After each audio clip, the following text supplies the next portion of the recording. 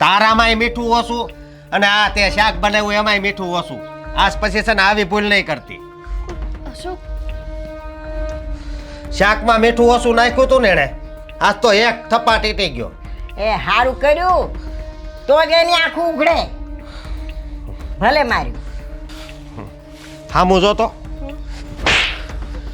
મારા બાને કામ હોયપું અને એ પાછું કપડાં હકેલવાનું. ભૂલ થઈ ગઈ. તમને કામ હોપ્યું હતું, હવે હોપે ને તો સીરી નાખે ઊભી ઊભી. આમ જ દબાવમાં રાખવાની વહુને. બા, પાણી. કેમ વાર લાગી પાણી લાવવામાં? કોની પાસે ઊભી હતી?